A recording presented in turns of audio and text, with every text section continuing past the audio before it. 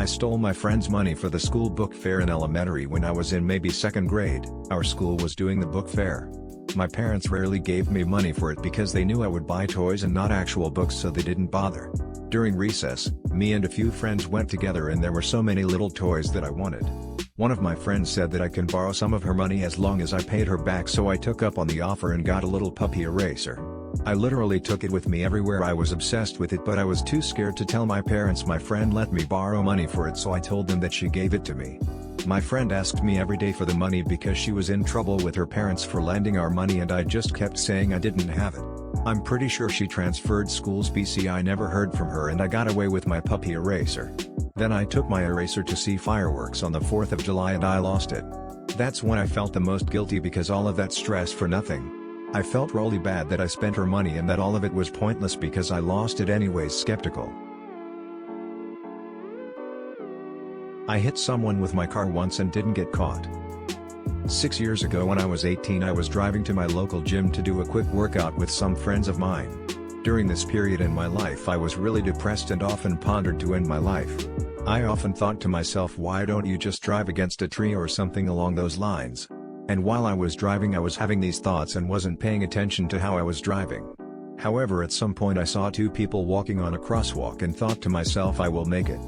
So I drove past them on the crosswalk and all of a sudden I hear a bang against the side of the car near my taillight. Apparently there was one more pedestrian on the crosswalk coming from the other side, which I didn't see. First I was in complete shock, not knowing what it was what I hit, and stopped driving to look in my mirrors behind me but didn't see anything. So in a panic I drove as fast as I could. However, after 20 seconds it hit me what I had done and thought to myself, I need to go back and check if everything is alright with the person. So I turned around, drove back and parked my car somewhere close and stepped out to see what I had done. This took about 1 to 2 minutes. But to my surprise there wasn't anyone anymore on the crosswalk or nearby. So what probably happened is that I hit someone with the side of my car and he or she, luckily, didn't get severely injured. After this incident I checked my local news every day for months to see if anyone was looking for me, reported this to the police, or if someone ended up in the hospital ready to turn myself in. But I never saw anything pop up, so I never went to the police. I still can't forgive myself for hurting this person, almost severely injuring them or even worse, and speeding off. And the worst thing is I probably drove through a red light since the pedestrians were crossing. I didn't see the red light because I was too caught up in my own thoughts.